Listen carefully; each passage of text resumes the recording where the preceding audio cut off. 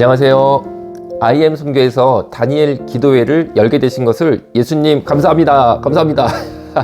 저는 동성애에 대한 강의를 부탁받아서 동성애 강의를 하게 되었습니다. 자, 그 전에 먼저 인사말을 제가 하기 위해서 영상 편지를 드립니다. 조선교사님이 사실은 10수년 전에 제가 그분을 뵙고 이분은 정말 열정과 복음에 대한 뜨거운 열망을 지닌 그런 분이다라는 믿음의 응답이 있었습니다. 여러분, 그런데 요새 IM 선교회가 신천지다, 이단이다 이런 이야기가 카톡 SNS 통해서 흘러나가는 걸 보고 제가 너무나 마음이 아팠어요. 절대 IM 선교회나 조선교사님이 신천지 이단이 아닙니다. 정말 여러분, 이럴수록 더 열심히 기도하고 더 주님 앞에 엎드리고 더 열심히 공부하셔서 꼭 이 시대에 쓰임받는 다니엘 같은 여러분 모두 되시기를 제가 간절히 기도하겠습니다. 그리고 여러분 동성애 강의 한번 들어보세요. 눈이 번쩍 뜹니다. 감사합니다.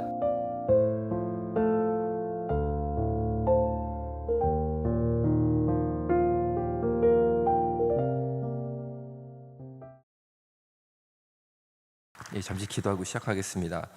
예수님, 이 시간 예수님 보혈로 부어주시고 예수님 보혈의 능력, 보혈의 권세로 사로잡아 주옵소서. 오직 십자가에 피 흘려 들어가신 예수님 나타나고 증거되게 하여 주옵소서. 예수님 보혈로, 예수님 능력으로 꼭 이 자리를, 이 시간을 붙잡아 주시고 사용하여 주옵소서. 예수님의 이름으로 기도드렸습니다. 아멘.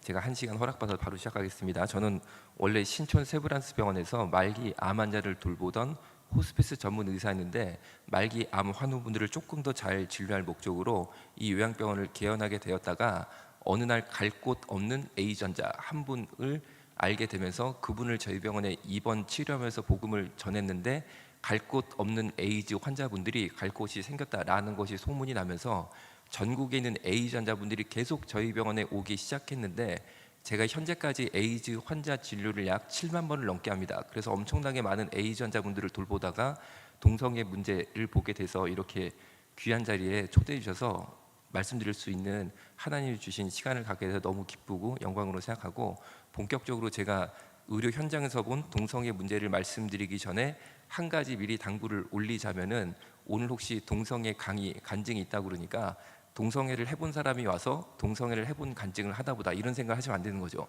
제가 동성애를 해봐서 해본 간증을 하는 시간이 아니고 의사로서 환자를 본 이야기를 주로 하겠다라는 거고, 퀴어 신학에 대한 분석과 비판은 나눠드린 유인물 5페이지에 자세히 돼 있으니까 총신대 이상원 교수님 논문을 실어놨으니까 나중에 보시면 되고, 오늘은 주로 왜 하나님께서 동성애를 반대하실 수밖에 없고 왜 하나님 눈에 마음에 들지 않는다라는 큰 취지의 계명과 말씀을 우리에게 주실 수밖에 없었는지, 실제 동성애가 어떤 것인지 말씀을 드리는 시간이 되겠습니다.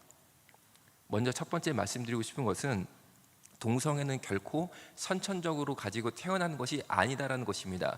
왜냐하면 GWAS라는 최첨단 유전자 조사 기법으로 사람 몸속에 있는 사람 유전자 염색체 전체를 전수 조사했을 때 절대 인간의 몸 안에는 동성애 성향을 일으키는 사람 유전자가 단 한 개도 없습니다. 그러니까 동성애는 결코 선천적으로 가지고 태어날 수가 없는 거죠. 동성애 유전자가 없기 때문에 그렇습니다. 그러면 동성애는 어떻게 하게 되는 것이냐? 100% 후천적으로 학습되는, 즉 배워야만 할 수 있는 것이 동성애다라고 말씀드릴 수 있습니다. 가장 유명한 동성애자인 홍석천 씨인데, 이분은 충남 청양고추가 나오는 아주 깨끗하고 좋은 산에 있는 마을입니다. 이곳에서 어린 시절을 보냈는데 이분이 동성애자가 된 경우에 대해서 서울대 강의 때 발표하신 것을 동아일보 기사로 낸 실제 동아일보 기사입니다. 이분은 당시 청양 지역에서 초등학교 4학년이었을 때 11살입니다. 이때 같은 마을에 살았던 성인 남자 동성애자에게 학문 성폭행을 당하게 됩니다. 즉 남성 동성애자로부터 성폭행 강간을 당한 거죠. 그런데 그 사건이 있었을 때 빨리 부모님 선생에게 말씀을 드리고 해결을 받았으면 좋았는데, 일단 내가 당한 행동이 뭔지를 잘 몰랐고 11살이었으니까, 그리고 가해자인 성인 남자가 무섭고 해서 이 사실을 덮고 숨긴 동안 고3, 즉 19살이 될 때까지 무려 300명 이상의 남자 동성애자들에게 연달아 성폭행을 계속 당하게 됩니다. 300명 이상이고 300번 이상이 아니니까 횟수로 치면 1000번이 훨씬 넘어갈 것으로 생각이 되고, 이렇게 어린 시절에 불건강한 동성애 성적 접촉을 당했다든지 아니면 동성애 음란물을 지속적으로 본 경우에 동성애에 대한 학습 효과를 일으켜서 동성애자가 될 수 있다라고 하고, 이것을 정신의학에서는 학습화 이론으로 설명하고 있습니다. 즉 동성애를 하게 되는 것은 100% 배워서 하는 것이기 때문에 동성애 문화 혹은 동성애 법이 통과되는 것은 굉장히 위험하다라고 말씀드릴 수 있겠습니다. 그러면 동성애자들이 어떻게 서로를 찾는 걸까요? 굉장히 간단합니다. 우리가 스마트폰에 카카오톡이나 페이스북을 까는 것처럼 동성애자들은 동성애자 앱을 깝니다. 6개 정도가 동성애자 앱으로 많이 쓰이고 있는데, 그 중에 랭킹 3등인 잭디라는 앱이고, 보시는 것처럼 분홍색 바탕을 하고 있습니다. 저 앱에 이태원에 가서 접속을 해보니까 보시는 것처럼 제 위치가 지도상에 표시가 됩니다. 즉 위치 추적 기능이 있는 거죠. 그리고 제 반경 5km에 저 랭킹 3등인 분홍색 동성애자 앱에 현재 동시 접속 중인 동성애자 수가 400명이 검색이 됩니다. 그리고 그 400명이 몇 미터 떨어져 있는지 보시는 것처럼 위치 추적이 다 되고 있습니다. 그런데 이 친구들이 자신의 얼굴과 벗은 몸을 올로출로 공개했기 때문에 교육 자료를 쓸 수 없으니까 모자이크 처리는 제가 한 거죠.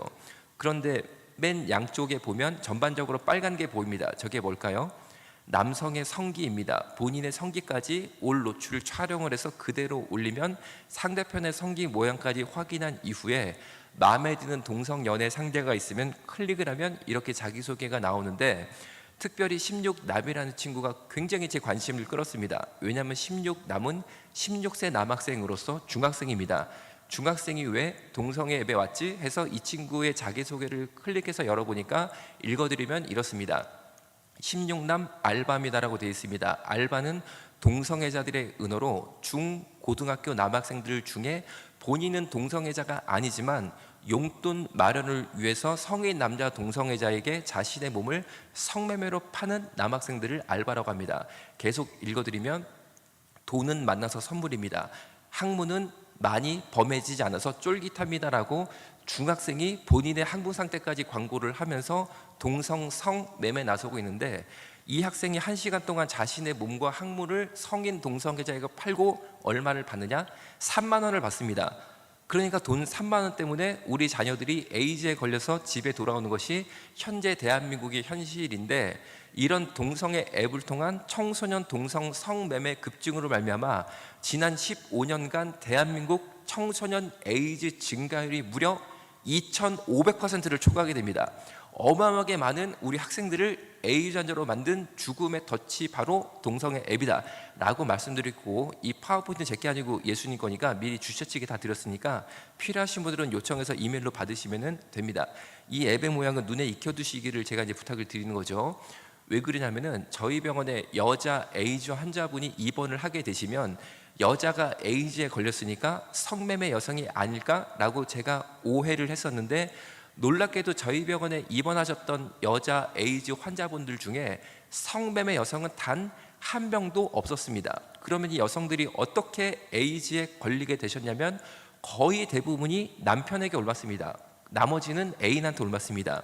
한 가지 예만 대표로 설명드리면, 이 여성도 결혼해서 임신을 하게 되니까 너무 기쁜 마음에 산부인과에 가서 검사를 받았는데 혈액 검사에서 에이즈라고 판명이 됩니다. 그러니까 산부인과 원장님이 깜짝 놀라서 진료실에서 애기 엄마가 에이즈다 알고 있었냐? 그러니까 이 애기 엄마는 전혀 에이즈 걸릴 행동을 한 적이 없거든요. 그러니까 너무 무섭고 벌벌 떨리니까 그 자리에서 남편에게 핸드폰으로 전화를 해서, 여보 나 지금 산부인과인데 나보고 에이즈래, 나 이제 어떻게 라고 말하는 순간 이 남편이 핸드폰 번호를 바꾸고 도망을 갑니다. 알고 보니까 이 남편이 동성애자이고 에이즈 환자였는데, 본인의 에이즈를 숨기고 결혼해서 자기 아내를 에이즈로 만들었을 뿐 아니라, 제가 더 이해하기 어려웠던 점은, 산모가 에이즈 산모면 태어나는 아기가 주산기 감염이라고 그래서 에이즈 아기로 태어날 확률이 상당히 높습니다. 어떻게 자기 뱃속의 애까지도 에이즈로 만들려고 했는지가 이해가 안 됐다는 거죠. 그래서 결혼 정년기 정도 되는 자매님이 계시면 여기도 조금 계신 것 같습니다. 혹시 어떤 남학생이 사랑한다, 결혼하자라고 고백을 하면 꼭 핸드폰을 달라고 그래서 이런 앱이나 이런 앱이 깔려있나 봐야 되는 거죠. 이런 게 깔려있으면 100% 동성애자니까 결혼할 수도 없고, 중고등부를 맡은 사역자나 집사님, 권사님 계시면은 혹시 내가 맡은 반 아이 중에 핸드폰에 이런 앱이나 이런 앱이 깔려있나 한 번쯤은 보셔서, 만약 깔려있다면 100% 동성애자입니다. 그럼 우리는 그 아이를 위해서 더 뜨겁게 기도하고 정말 동성애를 벗어날 수 있도록 도움을 주는 것이 필요하다라고 말씀드릴 수 있겠습니다. 한번 앱 들어가 볼까요? 의외로 갑자기 10m, 20m 찍히면 오늘 여기도 계시는 거죠. 뭐 세상에 안전한 데 있겠습니까? 있는지 없는지는 이제 비밀이요. 저만 알고 있을게요. 자, 성소수자 단체가 매년 주관하는 서울 퀴어 축제 현장 스케치 사진인데, 말은 성소수자라고 그러지만 이분들이 정말 소수일까요? 절대 그렇지 않습니다. 모인 사람들 수를 보니까 사람 끝이 안 보일 정도로 엄청나게 많이 모였다는 거죠. 성소수자 중에 남자 동성애자만 몇 명이 되나 라고 말씀을 드리면, 남자 동성애자를 의학 교과서에서는 MSM이라고 명확히 기술과 정의를 내리고 있습니다. MSM은 Men Who Have Sex With Men의 약자로서 남자끼리 항문을 이용한 성관계를 맺는 남자에 한해서만 남자 동성애자다라고 기술을 하고 있습니다. 예를 들면은 나는 남자인데 정신적으로만 다른 남자를 사랑한다, 이런 사람은 동성애자로 보지 않는다는 거죠. 왜냐하면은 정신적인 사랑은 객관적으로 측정이 불가능하기 때문에 그렇습니다. 그래서 남자 동성애자로 기술되기 위해서는 구체적인 남성 간 학문 성관계를 맺고 있을 때만 남자 동성애자다라고 말하고 있고, 우리나라의 MSM, 즉 남성 간 학문 성관계를 맺는 남자의 수가 약 60만 명이 넘다고 합니다. 그래서 모였다면 이렇게 사람 끝이 안 보일 정도로 엄청나게 많이 모이게 되고, 일부, 저는 이상한 정치인이라고 표현합니다. 악한 권세를 부리는 거죠. 그런 정치인들이 차별금지법을 만들라는 이유가 여기 있습니다. 왜? 그거를 만들라고 하면은 60만 표가 내 표가 되니까, 이 표와 그 60만 명이 내는 후원금에 제가 볼 땐 정신이 나갔다, 그렇게 생각을 하고 있습니다. 정말 대한민국을 사랑하기보다는 이 60만 명 바라보고 정치를 하시는 거죠. 제가 볼 땐 정치를 하기보다는 동성애 단체 회장이 되는 게 더 맞을 분들이 일부 국회의원을 하고 있는 것 같아 보여요. 자, 그러면은 서울 퀴어 축제 당시 현장 사진을 보겠습니다. 보시는 것처럼 맨 앞에는 저렇게 젊은 남자들 옷을 싹 벗겨서 재단 위에 재물처럼 올려놓고, 그 옆에는 저 사람 재물을 운반하는 제사장들인데, 보시는 것처럼 새까만 옷에 부츠까지 새까만 부츠를 맞춰 신었습니다. 저 새까만 제사장의 패션만 놓고 보시면 하나님 쪽으로 보이시나요? 마귀 쪽으로 보이시나요? 절대 이 자리 한 번만 가보시면 이 자리가 이분들이 주장하는 인권축제, 문화축제가 아니라는 거죠. 이 자리가 바로 이 시대 우리 조국에 존재하는 가장 강력한 영적 전쟁의 현장이고, 우리가 이 맞은편 광장에서 하루 종일 눈물 뿌려 기도해서 성령님이 주시는 능력으로 영적 전쟁에 승리해야지만 조국을 지킬 수 있는 대한민국 가장 거대한 영적 전쟁의 현장이다라는 점입니다. 이런 식으로 맨 선두가 진행되게 되는데, 서울시 광화문이라는 중심지에서 토요일 오후에 일반 시민들을 향해서 비웃으면서 저런 이상한 물총을 쏘고 있는 이 사람들이 과연 인권 침해를 당하는 걸까요? 아니면 이 사람들이 쏘는 이상한 물총에 머리를 맞고 있는 내 딸, 내 아들, 내 아내가 인권 침해를 당하는 걸까요? 서울 광장에 있었던 퀴어 축제 현장 스케치 사진입니다. 일명 동성애자 항문 팬티를 입고, 동성애자 항문 팬티는 보시는 것처럼 엉덩이 가운데가 뻥 뚫려 있는 팬티입니다.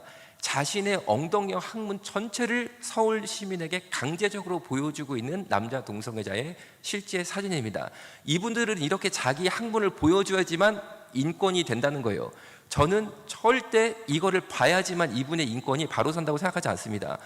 그런데 왜 동성애자들이 저렇게 엉덩이가 뻥 뚫린 이상한 형태의 팬티를 입냐면, 동성애자 은어로 번개라고 합니다. 번개가 뭐냐면, 아까 보신 스마트폰 앱을 통해서 몇십 미터 떨어진 동성애자를 얼른 검색한 다음에 이 앱 자체에 카톡처럼 메시지를 주고받는 기능이 있습니다. 그래서 바로 메시지를 보내서 나랑 무슨 빌딩 1층 남자 화장실 몇 번째 칸에서 만나서 항문 성교하자라고 메시지를 보내면, 그 좁은 화장실 안에서 두 남자가 만난 다음에 바지만 내리고 팬티는 벗지 않고 신속하게 항문 성교를 목적으로 아예 저렇게 엉덩이가 뻥 뚫린 형태의 팬티를 평소에 입고 다닌다고 합니다.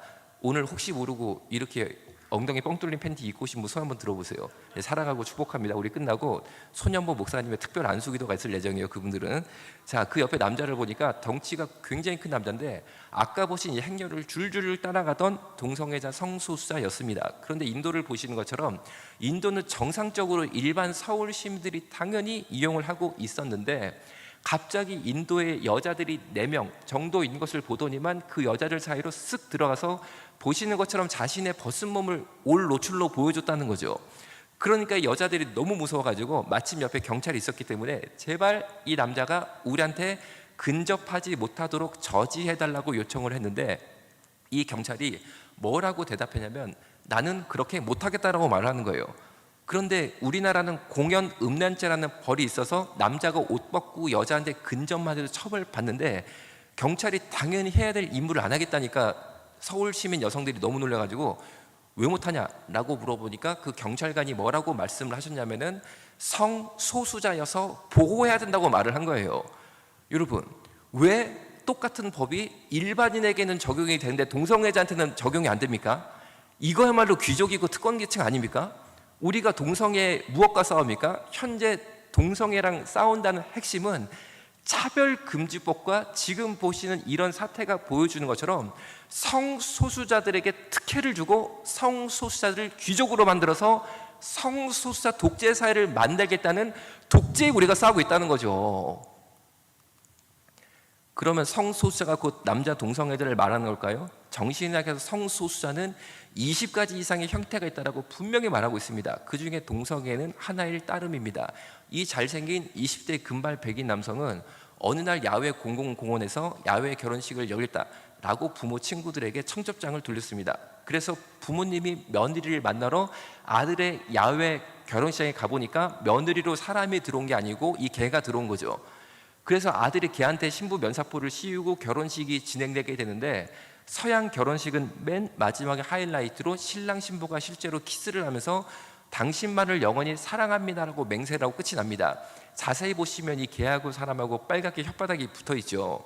만약에 여러분의 아들이 개와 사랑에 빠져서 개와 키스를 하면서 당신만을 영원히 사랑합니다라고 고백을 한다면 여러분들은 과연 이 개를 며느리로 받아들이겠습니까? 결혼식을 올리고 있는 이 아리따운 여성은 유럽의 유명한 여성 디자이너인데 고양이 남편과 사별한 이후에 개 남편과 재혼에 성공했다라고 뉴스에 난 것입니다. 시간 관계상 바쁜 거는 좀 넘어갈게요.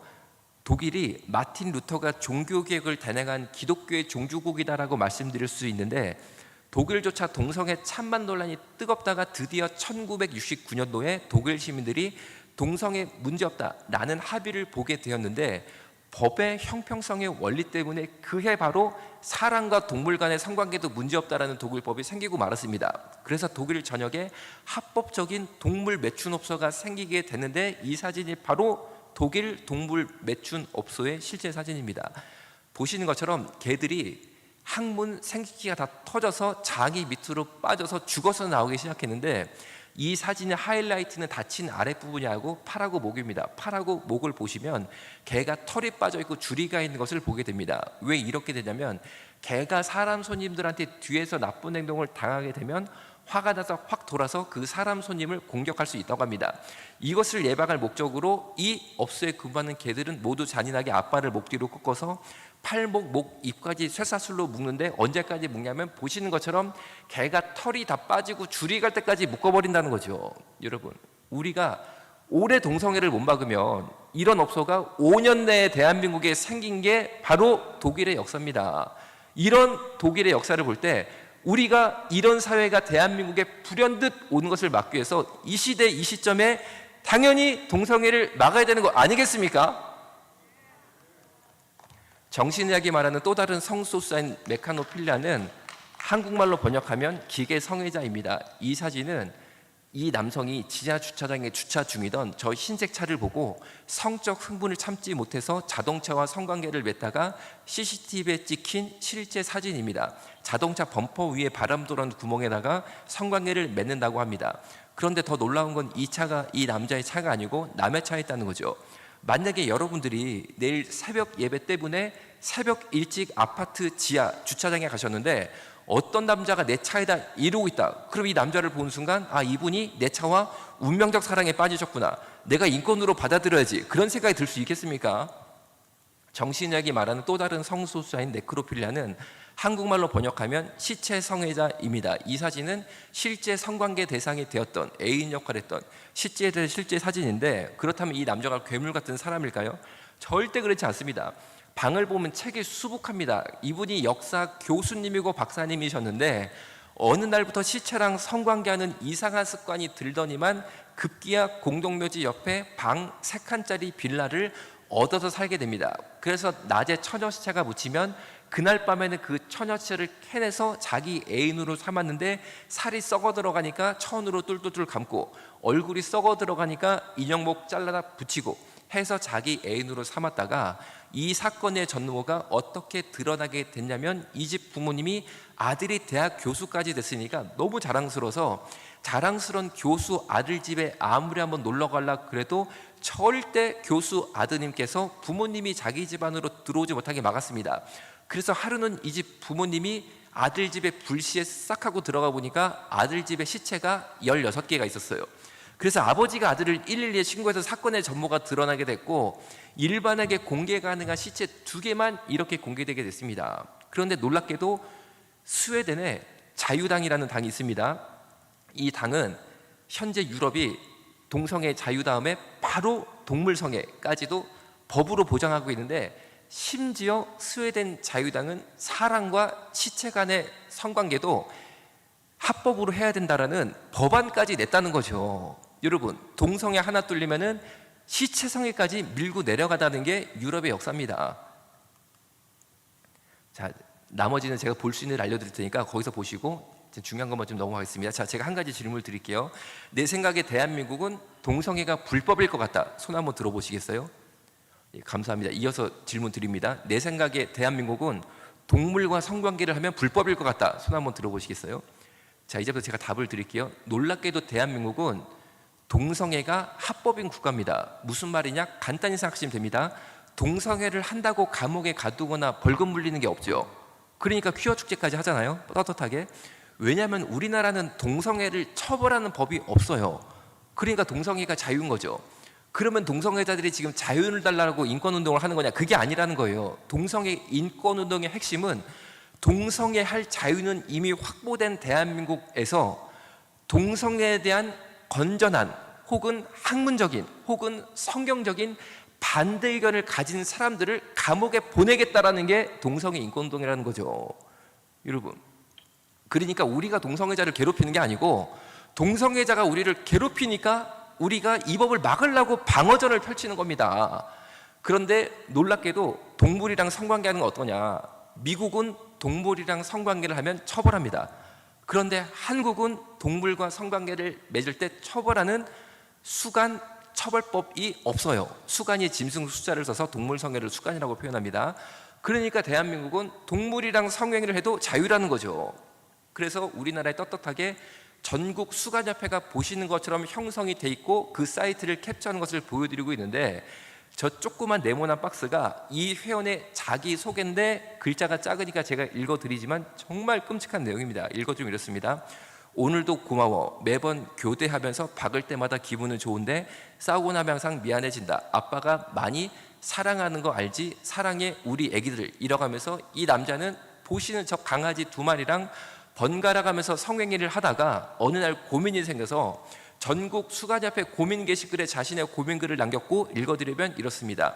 관계 도중에 아기 생식기에서 피가 나요. 대충 씻기고 지혈했는데 나중에 관계할 때 저한테 피해가 오는 건 없겠죠라고 하면서 이 조그만 강아지가 이 남자에게 성행위를 당하다가 생식기가 찢어지고 피가 바닥에 떨어진 걸 실시간 사진 찍어서 올렸다는 거죠. 여러분, 아니 이렇게까지 성소수자가 대한민국에서 활개를 치고 있는데 뭐가 부족해가지고 차별금지를 만들어가지고, 저는 이거 반대거든요. 제가 여러분께 여쭤볼게요. 난 이거 반대다. 손 한번 들어보세요. 이런 행동에 대해서 반대를 가진 사람을 법으로 처벌하겠다고 그랬다? 이런 법이 어디 있습니까? 이런 법이. 내가 반대할 수 있어야죠. 그 무조건 찬성해야 돼요, 여기에 대해서. 자, 그랬는데 밑에 보시면 전국 수간협회 협회장 곽득진이라고 자기 이름을 숨기지를 않습니다. 이분들은 창피하거나 이것이 잘못된 행동이라는 생각을 안 하고 오히려 이런 행동은 잘못된 거야 라고 말하는 사람들을 처벌하겠다는 거예요. 위에 보시면 단체 수가는 3월 14일 평택에서 하겠다라고 하는데, 단체 수가는 콘도 같은 장소를 빌려서 동물들 수십 마리 끌고 들어가서 사람과 동물 사이에 음행을 2박 3일로 벌이는 이 단체의 행사를 말하고 있습니다. 맨 위에 곽득진 회장이 이번에는 확실히 어린 강아지들로 구해놨습니다. 그러니까 어린 개들을 건드리는 거예요, 이 친구들이. 그러니까 밑에 여성은 저는 대형견 해주세요 라고 부탁을 하고, 밑에 남성은 대표님 저는 치와와 부탁드립니다. 이제 몇 번 하니까 왜 사람들이 치와와만 찾는지 알 것 같네요 가면서 제일 인기 견종인 치와와를 특별히 부탁하고 있는 것까지 볼 수 있다는 거죠. 조선일보에 나온 저희 병원의 실제 사진인데, 이분이 바로 동성애 에이즈 환자분이십니다. 에이즈 바이러스의 무선점이 뭐냐? 에이즈 바이러스가 면역력만 떨어뜨릴 것 같으면 별로 무서울 게 없지만, 에이즈 바이러스의 진정한 무서운 점은 에이즈 바이러스가 뇌세포를 갉아먹어서 뇌를 썩게 만들어서 반신불수, 전신마비, 식물인간이 오게 하는데, 이분은 다행히 일찍 발견돼서 반신불수까지만 왔습니다. 그래서 왼쪽은 오징어처럼 다 말라서 비틀어져 있고, 오른쪽으로 지팡이를 잡고 남은 인생을 사셔야 되는데, 엉덩이를 보시면 장기간 지속된 항문성교 동성애로 말미암아 항문이 다 터지고 썩어 들어가서 24시간 피를 저렇게 줄줄줄 흘리게 된다는 거죠. 절대 인간의 항문이 항문성교를 버텨내지를 못합니다. 이렇게 되면 더 이상 집에서 살 수가 없으니까 저희 병원 같은 곳에 와서 남은 인생을 사시는데, 조사에 따르면 이렇게 몸이 철저히 파괴돼서 에이즈 장기 요양 시설에 입소하는 동성애자들의 평균 입소 당시 연령이 몇 살이냐? 불과 41세입니다. 41세.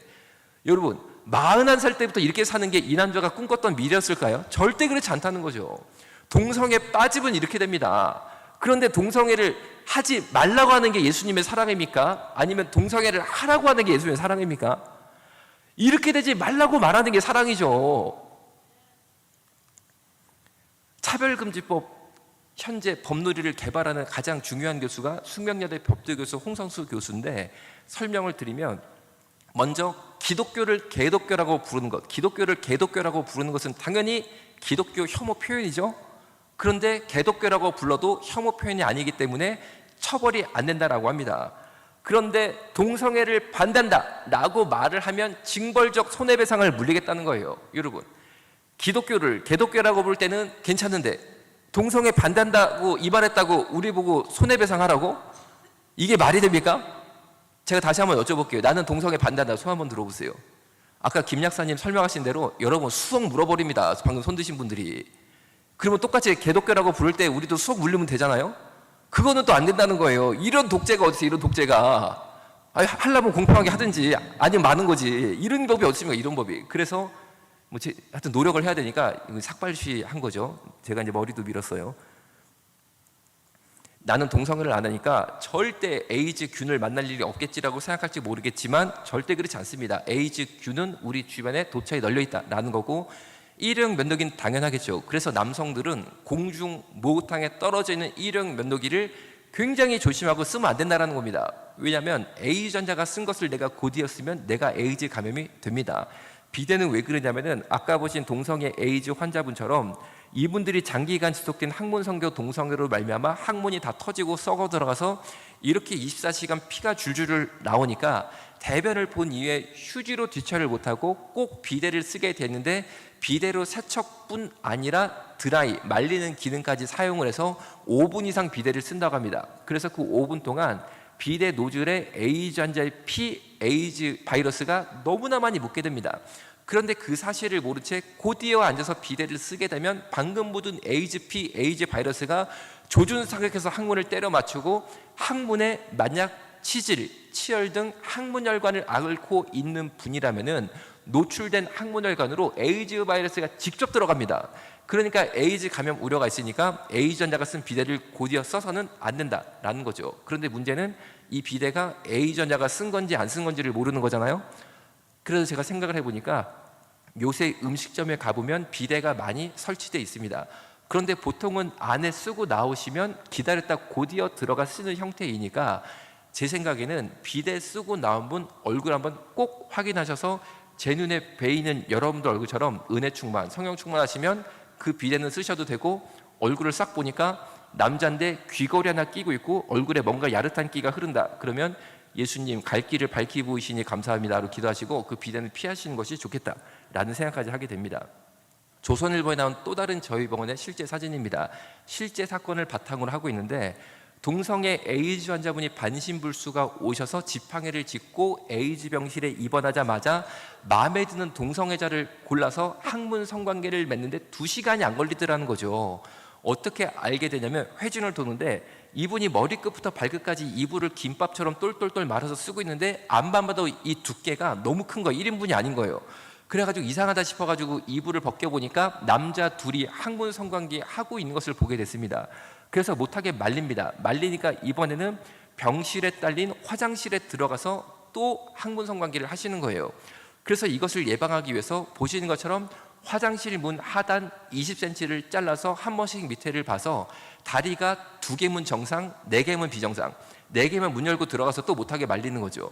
그래서 병원 내 동성애를 원천적으로 예방하게 됐다라고 제가 생각을 했었는데, 이게 저의 순진한 착각이었고, 이번에는 이 남자 둘이, 저희 병원은 지하 주차장이 없고 야외 주차장만 있습니다. 오후 1시 정도 된 아주 깨끗하고 맑고 좋은 날이었는데, 보시는 빨간 차와 하얀 차 사이가 불과 차와 차 사이 주차 공간이 20cm가 안 됩니다. 그 20cm도 안 되는 좁은 아스팔트에서 옷을 홀랑 벗고 또 학문 성관계를 하는 거예요.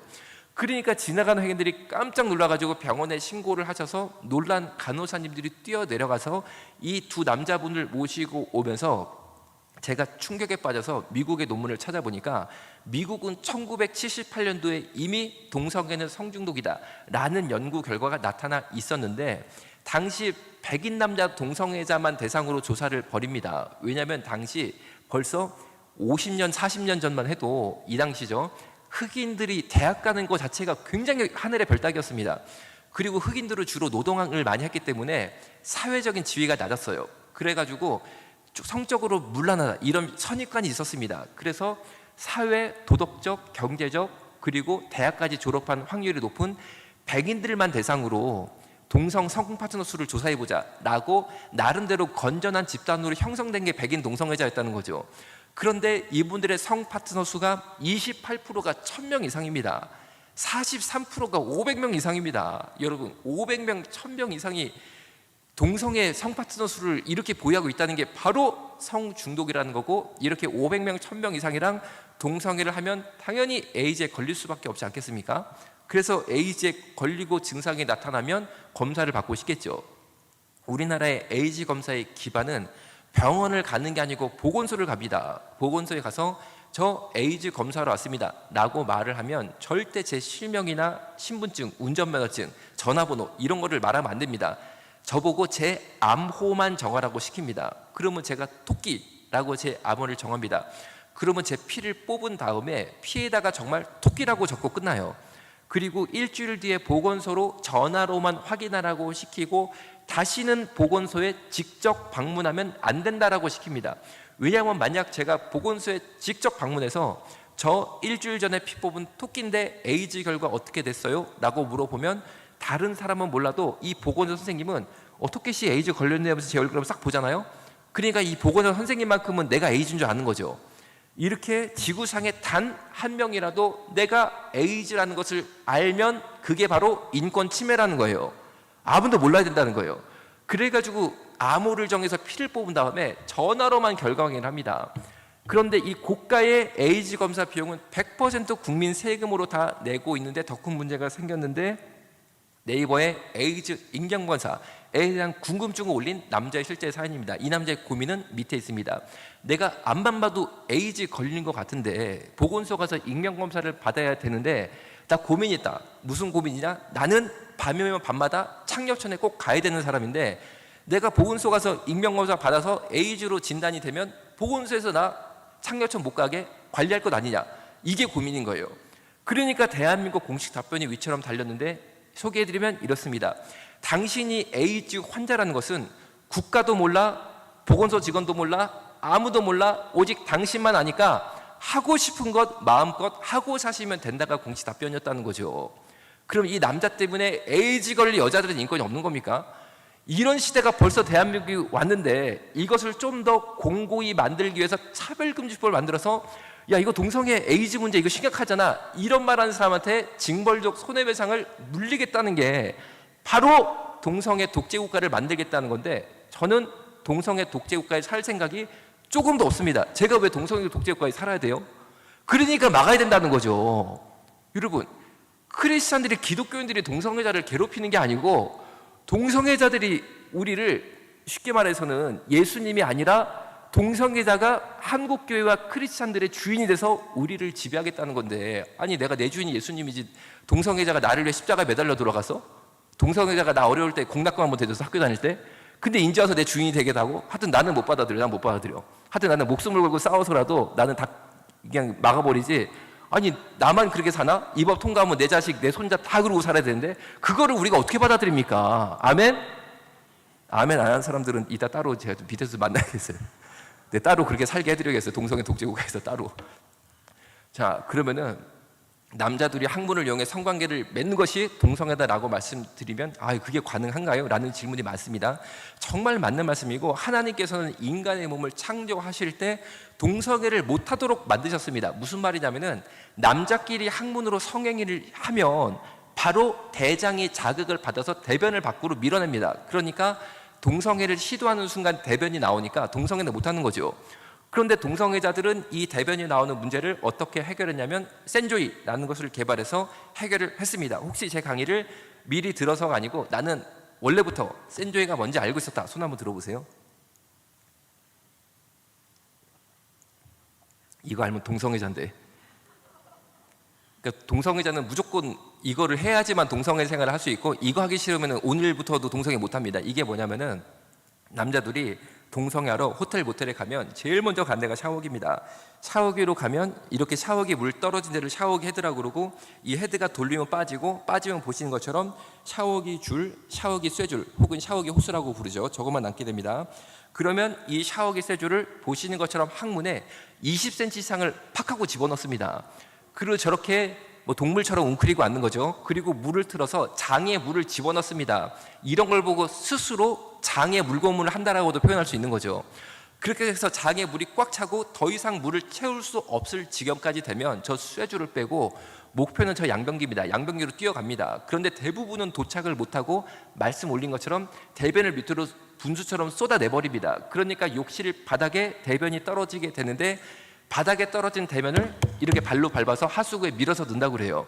이렇게 5번 센조이를 해서 대장이 깨끗하게 청소돼야지만 동성애 한 번 할 수 있습니다. 이 사진은 동성애자가 본인의 센조이 장면을 자랑할 목적으로 인터넷에 띄운 걸 제가 캡처한 건데 원문 사진은 저 네모난 박스가 없습니다. 올로출로 다 보입니다. 자, 그런데 밤이 오면 밤마다 더러운 모텔 바닥에서 이런 행동을 하고 사는 게 과연 우리 영혼에 유익할까요? 절대 그렇지 않습니다. 이 생활에서 해방시킬 수 있다면 우리가 기도를 해서든 상담을 해서든 해방시키는 것이 예수님의 사랑이고 인권이라는 거죠. 어떻게 이렇게 사는 것을 사랑이라고 말할 수 있습니까? 이렇게 사는 것을 인권이라고 말할 수 있습니까? 그런데 이게 복원적으로 왜 문제가 되냐면 이 센조이를 마친 다음에 다시 저 샤워기 헤드를 저 샤워기 줄에 돌려서 접합을 시킨 다음에 욕실 벽에 걸어 놓습니다. 그러면 저처럼 출장 나온 애아빠, 오늘 제가 부산에 예를 들면 출장이 나왔잖아요. 저 같은 애아빠는 이 사실을 모른 채 이 샤워기 불을 틀고 샤워하는 순간 이 친구의 대변, 혈액, 에이즈, 매독, B형 간염 바이러스 등을 뒤집어 쓰는 일명 대변 에이즈 샤워를 하게 되는데 우리 출장 나온 애아빠들이 이런 양치컵 들고 다니는 아빠들 없습니다. 보통 양치질 어떻게 하냐면은 샤워할 때 샤워기도 입대고 어라고 뱉어요. 그러니까 이 친구의 대변, 혈액, 에이즈, 매독, B형 간염 바이러스 등을 다 집어먹고 살고 있는데 문제가 뭐냐? 이 센조라는 인구가 우리나라에 약 60만 명이 넘는다는 거죠. 전국에 오염안 된 호텔이나 모텔은 없을 것이다라고 저는 생각을 하고 있습니다. 중2 게이라고 스스로 밝힌 남학생이 중2 진짜 어립니다. 이러고 요만합니다. 애들 아직 적습니다. 네이버에 떳떳하게 공개 질문을 올렸는데 어떤 내용이야? 이런 겁니다. 제가 집에서 센조라고 나가는데 센조이가 이거예요. 집에서 이거를 해요. 엄마한테 걸릴까봐 마음이 급해서 샤워기 헤드가 잘 안 돌아갑니다. 어떻게 하면 샤워기 헤드가 잘 돌아갈까요? 라고 질문을 올리니까 성인 남자 동성애자가 답을 밑에 달아주기를 고무장갑 끼고 돌리면 잘 돌아간다가 답변이었어요. 그러니까 어떤 학생이 희한하게 샤워실 갈 때마다 고무장갑을 끼고 들어간다. 그럼 뭘 할지 알 수 있는 거죠. 그런데 생각해 보세요. 이 아이가 센조를 한다는 것은 100% 학문 성관계를 하는 애예요. 그런데 집에서 센조라고 나가면서 고무장갑을 벗어서 아파트 싱크대에 걸어놓고 나가겠죠. 그러면 엄마께서는 그 사실을 모르신 채 그 고무장갑을 끼시고 깍두기도 버무리고 김치도 써시는데, 가족들이 이 아이의 대변, 에이즈, 균 다 집어먹습니다. 그래가지고 동성애자의 병균이 가족들에게 유입이 되게 됐는데, 미국과 유럽의 논문을 따르면은 이렇게 동성애자들의 대변을 통한 질병의 집단적인 발생은 기정사실화로 돼 있습니다. 남자끼리 학문을 이용해 성관계를 맺는 게 동성애다라고 말씀드리면 통증 때문에 가능한가요? 라는 질문이 두 번째로 맞습니다. 맞는 말씀이고, 아파서라도 못하는 거죠. 그런데 동성애자들은 이 통증의 문제를 어떻게 해결했냐면 피스팅이라는 것을 개발해서 해결을 했는데, 피스팅이 단어가 영어라 멋있게 들리실지 몰라도 굉장히 단순하고 절대 이행용을 하면 안 됩니다. 이게 뭐냐? 주먹을 쥐고 항문에 집어넣고 왔다 갔다 시켜서 항문을 인위적으로 너덜너덜하게 늘려버립니다. 그러면 그 다음부터는 동성애에도 항문 통증은 없겠지만 항문 괄약근이 늘어나서 변실금 환자가 된다는 거죠. 여러분, 내 몸이 하나님의 거룩한 성전인데 항문을 장애자로 만들어서 동성애 해서야 되겠습니까? 피싱 월드라는 동성애자들 카페를 만들어서 내 항문에 주먹 넣어줄 사람을 공개 구인을 하고 있는 것이 대한민국 동성애자들의 삶이라는 거죠. 그래서 확장해 주실 분 찾아요. 이거는 내 항문에 주먹 넣어서 내 항문 확장시킬 사람 찾는다라는 공개 구인 광고고, 맨 밑에 울산의 땡땡님 절 피스팅해 주세요. 이거 가까운 울산의 지역이 나오죠. 설명이 좀 필요합니다. 남의 항문에 주먹을 집어넣다 빼는 피스팅이 굉장히 위험합니다. 왜냐하면 집어넣다가 장이 터져서 죽기도 하고, 넣을 때보다 더 위험할 때가 오히려 뺄 때가 더 위험한데, 뺄 때 주먹 손목에 장이 끼어서 장이 항문 밖으로 튀어나와 버립니다. 그러니까 피싱하다가 죽을 수도 있으니까 남의 항문에 주먹을 제일 안전하게 잘 넣었다 빼는 피스팅에 제일 가는 고수를 찾게 됐는데, 우리나라의 이 피스팅에 제일 가는 고수가 현재 울산에 사시는 땡땡님이에요. 이름은 개인정보 때문에 지었어요. 그래서 그분한테 특별히 부탁하고 있는 것까지 확인할 수 있습니다. 피스팅하다가 고1 남학생인데 장이 항문 밖으로 튀어나와서 고민이다 라는 글을 네이버에 올렸다는 거죠. 우리가 동성애 성적 지향도 말은 많이 들어봤어도 성적 지향이 뭐냐 물어보면 뭔지 잘 모르는 거죠. 사실상 대답이 안 되는 거죠. 이게 바로 성적 지향입니다. 이 노란색 광고 전단지는 시내 전봇대에 일주일 쫙 붙어 있던 것인데 SM 석고함, 바텀 석고함이라고 되어 있습니다. SM은 세디스트 메조키스트의 주말로 동성애할 때 그냥 하는 게 아니고 상대편을 아프게 고문해야지만 만족해하는 동성애자들이 있고, 그 친구들을 SM이라고 부릅니다. 섭은 서브미션의 주말로 노예 역할하면 섭이라고 부릅니다. 바텀은 남자끼리 동성애할 때 이게 여자 역할하면 바텀이라고 불러요. 남자끼리 동성을 하지만 그 중에 특별히 여자 역할, 즉 자신의 학문을 제공하면 바텀이라고 부릅니다. 틱톡 IT 8780이라고 이렇게 자신의 신분을 다 노출했으니까 여러분들도 틱톡 IT 8780에게 연락을 하면 오늘이라도 이 사람을 만날 수 있지만 절대 연락하면 안 된다는 거죠. 그리고 밑에 보면 초보 가능, 어린 분 가능이라고 어린 꼬마 남자를 찾고 있는데, 이 노란색 광고 전단지 사진을 어디서 찍었냐? 초등학교에서 20m 떨어진 전부대에 찍었습니다. 특정 초등학교 대상 남학생들을 향하여 친 악마의 덫이다 라고 저는 생각을 할 수밖에 없다는 거죠. 그런데 이런 광고를 보고 누가 연락할까 싶지만 문제는 호기심에 연락하는 남학생들이 있는 게 문제다라는 거죠. 이 피해 당사자는 21살 대학생이고 키가 180이고 운동도 많이 해서 내가 내 몸을 당연히 지킨다라는 자신감이 충만했던 학생이었습니다. 그런데 방금 보신 그런 종류 광고를 보고 연락해서 만났습니다. 만나니까 손목에 수갑을 채우더라는 거예요. 까짓거 내가 손목에 수갑 채움을 당해도 내가 누구냐, 남자끼리인데 별일이 있겠어? 라는 아니란 생각을 하는 바로 그 순간에 소변 보는 구멍을 요도로 갑니다. 요도가 소변 나오는 구멍이니까 어딘지 아시겠죠? 거기에 갑자기 쇠 젓가락처럼 생긴 것을 팍 넣고 쑤시기 시작하는 거예요. 이것은 동성애자들이 상대편 남학생들의 요도를 고문할 목적으로 쓰는 요도풀이라는 기구입니다. 보시는 것처럼 쇠젓가락에 요철을 깎아서 상대편의 요도를 고문할 목적으로 쓰인 이 기구인 무시무시한 동성애 성고문 기구죠. 요도풀이 어디서 구하느냐? 여러분들이 네이버에 요도풀이라고 검색해 보세요. G마켓 등 대한민국의 대형 인터넷 마켓에 아무런 법적 제재 없이 19,000원에 팔리고 있습니다. 여러분, 그럼 19,000원에 이거 배달해서 주머니에 넣고 나다가 초등학교 남학생들 대상으로 이런 전단지 붙여가지고 모르는 애들 연락해서 오면은 이거로 쑤시는 거예요, 애들 요도를. 그럼 이런 기구를 보건복지부가 잘 관리되는 거 아니겠습니까? 정부가 잘 관리되는 거 아니겠습니까?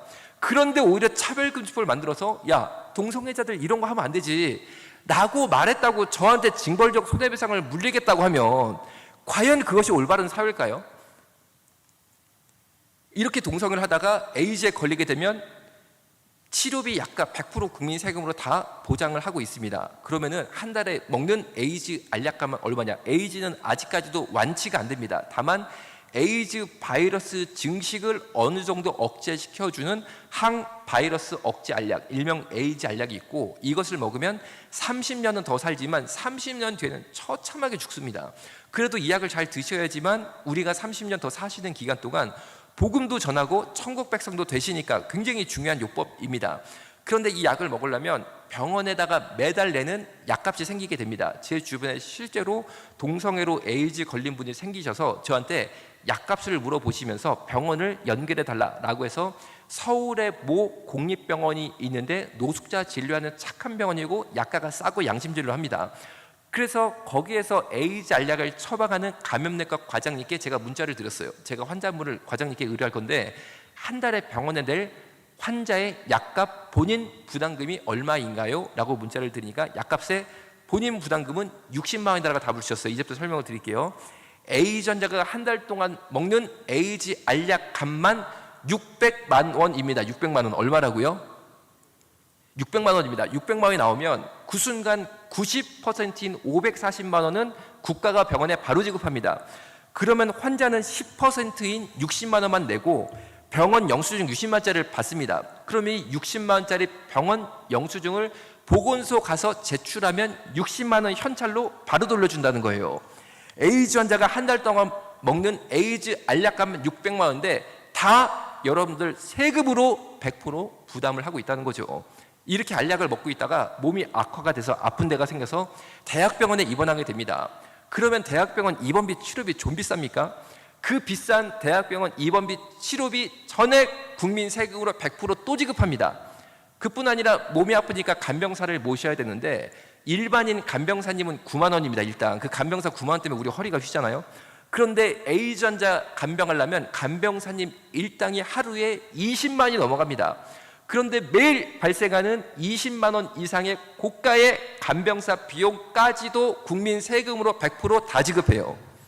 그뿐 아니라 예를 들어 제주도 에이즈 환자가 나는 제주도에서 못 믿겠고 제일 유명한 서울대 아니면 세브란스 가야 돼 라고 해서 매달 왕복 비행기를 타고 서울에 오십니다. 그러면 왕복 비행값과 교통비까지도 100% 국민 세금 다 지급합니다. 예를 들면 부산의 에이즈 환자가 KTX 타고 서울 병원에 왔다 갔다 하잖아요. 그거 다 지급한다는 거예요. 그뿐 아니라 에이즈 환자분들이 나는 병원이 싫고 난 집에 있을래 해가지고 댁에 계시잖아요. 어쨌든 인간은 집에 있던 병원에 있던 공간으로 보면 두 가지 중에 하나입니다. 집에 계시면 어떻게 되느냐, 에이즈 환자가 댁에 계신 동안 입맛 떨어지시면 안 된다고 국가가 댁까지 반찬까지 배달해드리고 집안 청소까지 해드립니다. 여러분 몸 아플 때 국가가 반찬 한번 배달해 준 적 있으세요? 이거야말로 역차별 아닙니까? 그뿐 아니라 이 에이즈 환자분들이 이 에이즈 알약 잘 먹어서 30년을 더 살게 되면서 점점 노령화 돼가고 있습니다. 이분들이 할아버지가 돼가고 있어요. 할아버지 에이즈 환자가 돼가고 있다는 거죠. 그러니까 이분들이 국가에 뭘 요청하냐면 우리의 노후를 당연히 국가가 보장해 줘야지. 동성애 인권이잖아. 그래서 어떻게 되냐? 이분들의 노후를 국가가 보장해 주고 있다는 거죠. 무슨 말이냐? 이분들이 고령화 되니까 요양병원에 입원하게 되잖아요. 그러면 요양병원 입원해서 돌아가시는 그 순간까지 전액 100% 요양병원 비용을 여러분 세금으로 다 지급한다는 거죠. 자, 여러분. 그런데 우리가 동성애를 차별합니까? 이게 차별이면 저도 그런 종류의 차별을 받고 싶어요. 이게 차별이라고 그러면. 제가 아직까지 이해가 안 되는 거는 왜 나라를 위해 싸우다가 팔 하나 다리 하나가 발목 지랄로 떨어져 나간 우리의 청년 장병들한테는 이런 혜택을 조금도 안 주면서 동성애하다가 에이즈 걸린 분들한테 이렇게 하냐는 거죠. 제가 의료계에서 볼 때 의료계 가장 강력한 귀족 단체가 바로 동성애 단체입니다. 그 결과 대한민국이 보시는 것처럼 에이즈 환자가 초급등하는 세계 유일 국가가 됐다는 거죠. 지난 15년 동안 전 세계적으로 에이즈 환자 수는 무려 35%가 줄었습니다. 다른 나라는 별 노력을 안 해도 저절로 감소 추세입니다. 우리나라만 늡니다. 미국이 동성애 천국이니까 에이즈 늘 것 같잖아요. 절대 그렇지 않습니다. 매년 줍니다. 왜? 미국은 에이즈에 걸리면 약값 본인이 냅니다. 미국 사람들은 아니 동성애 좋아서 해놓고는 왜 약값을 우리한테 부담시켜? 이해를 못합니다. 우리나라만 동성애 인권이니까 비판하면 안 되고 대신 에이즈 걸리면 국민들이 알아서 돈 걷어가지고 줘봐. 이게 통하는 세계 유일 국가고 그 결과 에이즈 환자 초급등 국가라는 오명을 쓰게 됐다는 거죠. 아프리카가 병원, 의료기술이 좀 떨어지니까 에이즈 환자 늘 것 같잖아요. 아프리카도 매년 줍니다. 우리나라만 이렇습니다. 우리나라. 왜요? 1번 이상한 동성애 인권. 사실 인권이 아니라 특권인데. 두 번째, 과도한 세계 최고의 동성애 복지 정책. 이것이 맞물려서 이런 기현상을 나타냈는데 여기다가 우리가 그렇다고 동성애 뭘로 조금 그나마 얘기할 수 있는 거 있잖아요. 뭐 동성애다 에이즈 걸리면 큰일 나니까 학생 동성애 그만해. 이것조차 차별금지법으로 못하게 하겠다고?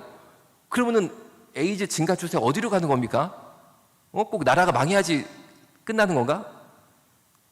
사회적 비용 2013년에 동성애 에이즈 문제로 대한민국이 벌써 4조가 넘었습니다. 작년 2020년도 동성애 에이즈 문제 대한민국 사회적 비용이 얼마였냐? 9조가 넘어갔습니다. 9조가 20조 넘어가는데 몇 년 걸리냐? 이 추세면은 10년 걸립니다. 10년. 그 20조 누가 만듭니까? 우리 애들이 벌어가지고 메꿔야 돼요. 아니 우리 애들이 언제 돈 벌어가지고 20조를 메꿔? 여러분 이런데 지금 동성애 피해를 말하면 안 된다고? 아 이런 이상한 지금 이 말이 돼 이게? 우리나라가 세계 최고의 동성애 복지국가인데 이것 한지가 나와서 이거를 해야 된다라고 또 동성애 단체가 일부 유력 정치인들에게 부탁을 해서 이게 되기 일보 직전입니다. 뭐냐? 트랜스젠더에 대한 내용인데 트랜스젠더는 남자가 여자처럼 되고 싶어서 고가의 성 전환 수술을 받고 이후에 죽을 때까지 고가의 여성 호르몬 주사를 죽을 때까지 맞는 사람들을 말합니다. 하리수 씨 같은 경우죠. 그런데 이 고가의 성 전환 수술 비용과 고가의 여성 호르몬 주사 값의 80% 이상을 국민 세금으로 내달라고 주장하고 있어요. 그리고 이재명 경기지사가 향후 대선에서 1등할 확률이 굉장히 높습니다. 그런데 제가 제발 이분한테 한 가지 부탁을 드린 게 뭐냐면 지난 대선 때 이재명 당시 후보께서 낸 공약 중에 이것 한 가지는 제발 빼주시기를 제가 간곡히 부탁을 드리는 거죠. 뭐냐? 그분이 당시 이런 공약을 냈습니다. 나 이재명이 대통령이 당선되면 전국 관공서 직원, 관공서 직원이니까 공무원이죠. 그리고 전국 은행 직원, 즉 전국 관공서 직원과 은행 직원의 30%를 성소수자 동성애자로 뽑겠다라고 그랬어요. 여러분 그런 게 어딨어? 그런 게 어딨어? 그게 인권이야? 나머지는 못 보는 건 나중에 볼 수 있는데 제가 말씀드릴 테니까 찾아보시면 됩니다. 자, 그러면은 어떤 분들은 말씀하십니다. 야, 왜 이렇게 한국교회가 사랑이 없게 동성애를 가로막냐? 사실 우리가 가로막는 게 아니죠. 동성애자들이 우리를 무섭게 지금 파괴시키려고 하니까 우리가 방어진주를 구축하는 것 뿐인 거죠. 그런데 또 사실 그 말만 놓고 본다 하더라도 정반대입니다. 이 공지사항은 성소수자 인권연대 공지사항입니다. 호모포비아 그들은 누구인가? 혐오 세력 주요물 뒷조사라고 되어 있습니다. 그러면 호모포비아 혐오 세력이 누구냐? 저처럼 동성애 반대견을 가진 사람을 호모포비아 혹은 동성애 혐오 인물이라고 부릅니다. 그런데 보시는 것처럼 혐오 세력 주요물 뒷조사라고 해서 올해의 동성애 혐오 인물 3인방을 뽑아서 실명을 공개하고 인적 사항을 공개해서 사실상 살생부를 띄운 거죠. 그런데 그 3명 중에 하나가 접니다. 그러니까 밑에 보신 것처럼 주요 세력 주요물 뒷조사라고 해서 뭐 제가 좀 괴롭힘 당하는 게 있지 않겠어요? 한 가지만 시간 관계상 설명을 드리면 제 핸드폰으로 테러 문자가 오는데 어떤 문자가 오냐면 이태원의 남자 동성애자들 수십 명을 풀어서 저를 성폭행하겠다 이런 문자를 보내요. 근데 저는 전혀 개의치 않습니다. 왜? 제 기도 제목이 순교자가 되는 게 기도 제목이에요. 어차피 아무로 가든 교통사고로 가든 한 번은 주님 만나러 가는데 내가 순교당하면 상이 얼마 크네. 내가 그 기회가 뭐 덥석 잡아지 내가 그걸 왜 피해? 전 전혀 뭐 걸릴 게 없어요. 그러니까 이제는 저희 가족을 괴롭히기 시작하는데 저희 할아버지, 저희 아버지죠. 저희 아버님이 70이 넘은 할아버지십니다. 그런데 저희 아버님한테도 테러 문자를 보내는 거예요. 그러니까 하루는 저희 아버님이 저한테 핸드폰을 보여주시면서 요새 이상한 문자가 온다 라고 제가 그 아버님 핸드폰을 보는 순간 어떤 생각이 들었냐? 야, 우리 아버님이 노년에 엄청나게 큰 복을 받으시겠다고 생각이 들었습니다. 왜냐하면 하나님이 살아계시는데 공격이 있으면 은혜가 훨씬 크다고 저 믿습니다. 근데 저희 아버님이 정말 테러 문자 받은 후에 어마어마하게 복을 받으셔가지고 저희 아버님이 대머리시거든요. 그런데 그 테러 문자를 받은 다음에 머리카락이 나기 시작하는 거예요. 그러니까 제가 우리 아버님 머리카락을 볼 때마다 살아계신 하나님을 느낀다니까요. 그런데 제가 애가 셋인데 애들한테도 일들이 생기는 거예요. 그래가지고 3년 전이죠. 기도를 하면서 하나님께서 감동을 주셔가지고 그냥 애들 타고 아내하고 비행기 타고 외국으로 다 보냈습니다. 그게 3년 전이니까 우리 막내가 그때 비행기 타고 갔을 때가 3돌이 안 됐어요. 그래서 제가 얼마나 마음이 아팠겠어요. 그리고 이제 돌아올 기약이 없이 가서 아직까지 외국에 있는 거죠. 그러면 저는 이제 사역을 해서 애들을 포기했냐? 저 절대 그렇게 생각하지 않습니다. 저는 애들한테 가장 큰 예수님의 사랑을 보여주고 있다고 생각을 해요. 왜냐하면 생각해 보세요. 차별금지법이 통과가 되면 기독교는 더 이상 기독교가 아니고 복음은 더 이상 복음이 아니고 교회는 더 이상 교회가 아닌데 우리 아들이 가짜교회, 변종교회, 변종복음 믿으면 천국 갑니까? 지옥 갑니까? 어디 가겠어요? 아니 그럼 내가 의사니까 어떻게든지 벌어가지고 애들 공부 잘 시켜가지고 뭐 삼성, LG 집어넣으면은 애들 천국 가는 건가? 그게 복이야? 전 그렇게 생각 안 하거든요. 아니 무조건 바른 복음 믿어가지고 천국을 가야 되는데 차별금지법 통과되면 복음이 아니라니까요. 그러면은 내가 막아야지. 그래가지고 아들도 천국 가게 하고 손자도 천국 가고 이게 사랑이지. 아멘? 그래가지고 죽기 살기로 하여튼 결상쟁을 하니까 아직까지 잘 맞고 있잖아요. 그리고 저는요 분명히 막을 거라고 믿습니다. 왜? 내 뒤에 하나님이 계신 내가 못할 게 뭐가 있어? 뭐 언젠가는 선진국처럼 한국도 통과될 것이다. 저는 전혀 그렇게 생각 안 합니다. 왜? 아니 내 뒤에 하나님이 계시는데 내가 싸우나? 전쟁은 여호와께 속하는데 그냥 하나님 믿고 나가면 주님이 알아서 해주시는데 내가 왜 패배할 생각을 해? 그리고 아직까지 뭐 잘 막고 있잖아요. 아멘? 그러니까 앞으로 잘 막을 줄을 저 분명히 믿어요. 그리고 정의당도 원래 12월 10일 날 차별금지법 통과시킨다라고 막 그랬었거든요. 그래가지고 가가지고 엄청나게 기도했습니다. 가가지고 막 뜨겁게 기도했습니다. 바빠가지고 이건 다 못 보여드려요. 그래가지고 결국에 정의당 아시는 것처럼 뭐 지금 차별금지법 못하고 있잖아요. 완전 포기했습니다. 그리고 지금요 토요일마다 계속 기도하고 있는데 지금은 민주당 의상민 의원이 평등법 내서 민주당 사람들 계속 기도하고 있습니다. 죽기 살기로 하여튼 기도하고 있어요. 작년 7월 달부터 시작해가지고 한여름을 길에서 보내고 한겨울 영하 20도도 거기서 그냥 기도를 해서 한 주도 안 쉽니다. 계속 밀어붙이고 있습니다. 그리고 정의당 집중행동 기간 때는 매일 가서 했습니다. 그러면 보세요. 아니 뭐 가서 기도하는 게 뭐 큰 효과 있어? 큰 효과 정도가 아니고 그러면요 무조건 이깁니다. 저한테서 믿어요. 그래가지고 12월 10일 정의당 차별금지법 집중행동 12월 10일 날 차별금지법 통과시킨다라고 했지만 하여튼 열심히 저희 가서 기도했잖아요. 그거가 어떻게 됐습니까? 1월 달에 정의당 망해버렸어요. 다 아시는 것처럼 미투 생기고 뭐 생기고. 그러니까 민주당 이상민 의원도 저희가 가서 열심히 기도하고 있거든요. 뭐라고 기도하는지 아세요? 민주당의 이상민 의원은 하나님을 충격적으로 만나는 대사건이 있을지어다 이렇게 기도합니다. 분명히 이제 뭔 일 날 거예요 거기도. 아니 뭐가 두려워? 뭐 자기가 5선 의원이고 20년 국회의원이면 내 뒤에 하나님이 계시는데 내가 뭐 그 말 못해? 내가 그 기도 못해? 내가 뭐 가서 빌어야 돼? 아니 여러분 그렇잖아. 그러니까 여러분 믿음을 밀고 나가면요 다 될 줄로 믿습니다. 자 제가 이제 2분 남아가지고 이거 이제 서울 퀴어 축제할 때 이거 뭐 가만히 있을 수 있습니까? 그래가지고 서울 퀴어 축제할 때 서울 광장 가가지고 1인 시위를 했습니다. 제가 동성애 주적 3명 안에 들어간다고 그랬잖아요. 근데 맞아 죽을 각오로 들어가서 했다니까요. 그런데 끝날 때까지 뭐 어디 다친 데 아무 없이 이렇게 잘 왔어요. 왜냐면요 주님 믿고 숨은 주님이 다 책임져요. 다 책임져요. 가가지고 돌아와 기다릴게. 저 메시지가 뭐냐면 주님이 주신 메시지였어요. 저기서 저렇게 옷 벗고 막 이상하게 하는 이 친구들이 주님만 믿고 주님께 돌아오면은 하나님의 자녀가 되게 하시겠다는 약속의 메시지를 보여주는 거죠. 그리고 뭐 여러 가지 언론에서 이렇게 뭐 할 얘기 다 하는 거죠. 자, 나머지 못 들은 강의는 레인보우 리턴즈라고 채널이 있습니다. 여기 들어가서 보시면 됩니다. 현재 구독자가 9만 명이 넘었습니다. 그런데 이게 10만 명이 넘어가야 돼요. 그래야지 저희가 이상민 의협 앞에 가가지고 레인보우 리턴즈가 주최해가지고 기도를 하고 있거든요. 매주 모니터링 합니다. 매주 모니터링합니다. 그리고 경찰들이 깔려 있습니다. 거기에 우리 뭐 잘못한 거 있으면 잡으려고. 아마 세계력에도 그런 일 겪었잖아요. 매주입니다. 매주 영적 증언 하고 있습니다. 그런데 딱 보니까 구독자가 뭐 10만 명, 20만 명이야. 그러면은 더 세지는 거죠, 이게. 모인 사람들은 지금 집회 제한 때문에 9명밖에 못 모여도 구독자가 20만이다 그러면은 진짜 뭐 제대로 세게 붙는 거죠. 그러니까 여러분 하나님께 헌신한다는 생각하시고 좋아요, 구독 누르는데 1초면 됩니다. 레인보우 리턴 들어가지고 내가 볼 때 한국 성도는 의무적으로 가입해야 됩니다. 뭐 돈이 듭니까? 뭐가 듭니까? 시간이 듭니까?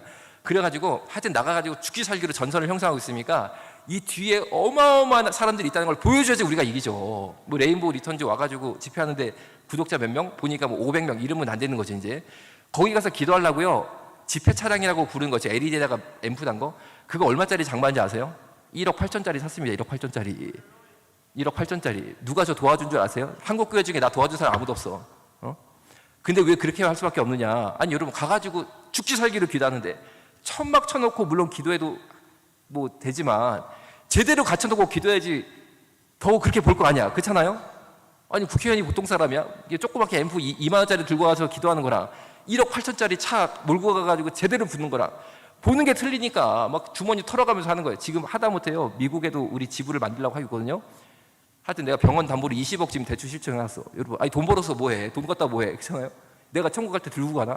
근데 하여튼 도와주는 사람 아무도 없더라고. 내가 보니까 도와달라는 얘기를 하는 게 아니에요. 누군가는 하여튼 쉽게 말하면 미친 사람이 있어야 돼. 내가 보니까 일이 되려면. 그게 바로 여기나 봐. 내가 보니까. 그러면 제가 여러분에게 부탁한 건 딱 하나야. 레인보우 리턴즈 들어가가지고 좋아요, 구독만 눌러주시면 돼요. 되게 쉽죠? 난 이것도 못하겠다. 그러면 저는 그분이 진짜 구원받는 사람들이 의심이 돼. 아니 내가 언제 돈을 10,000원이라도 내라고 했어. 내가 뭘 바랬어. 이것도 못해. 좋아요, 구독. 두 번째, 나는 좋아요, 구독만으로 내 영적인 이 성이 안 찬다. 나는 영적으로 뜨거운 사람. 나 그거 가지고 안 해. 뭐 하고 싶다. 그러면요. 하나님의 의병방이라는 카톡방을 만들었습니다. 여기는요. 진짜 해야 될 행동을 하루에 한 개씩 올려드려요. 이 방은 단체도 아니고 회비도 없고 모임도 없습니다. 그럼 뭘 하냐? 오늘 항의 서명할 거, 반대 서명할 것만 올려드려요. 그러면 그 링크 꾹 타고 들어가서 누르면 되는 거죠. 청와대 청원도 누르는데 1분이면 됩니다. 그런데 정보를 몰라서 못하는 거잖아요. 그래서 그런 정보를 올려드리기 위해서 하나님의 의병방을 만들었습니다. 자, 그러면은 실명 핸드폰 번호를 주시면 되는데 어디로 주면 되냐? 제가 이제 입으로 불러드릴게요. 010-7494-0114 뒤에가 쉽죠? 114예요. 114 010-7494-0114 가운데가 7494입니다. 끝에가 0114 이 번호가 누구 번호냐? 제 번호입니다. 바로 이 번호입니다. 저 정말 이거 핸드폰 한 개밖에 없어요. 의심되면 지금 한번 전화 한번 해보세요. 내가 바로 받아드릴게요.